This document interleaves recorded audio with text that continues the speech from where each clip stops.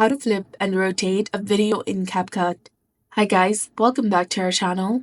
In this video tutorial, we'll be discussing about flipping or rotating a video in CapCut, so follow the simple steps. First of all, you have to make sure that you've installed the latest version of CapCut application on your mobile device and you're also logged in with your specific account. Now launch the application, import the video you want to edit, scroll through the settings in the bottom and you will see the option of transform, that is between the volume and auto reframe option. Tap on it.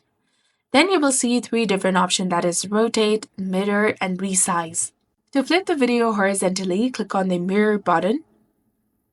And if you want to rotate the video by 90 degrees, use the rotate button. That's all you need to know about flipping or rotating a video in CapCut.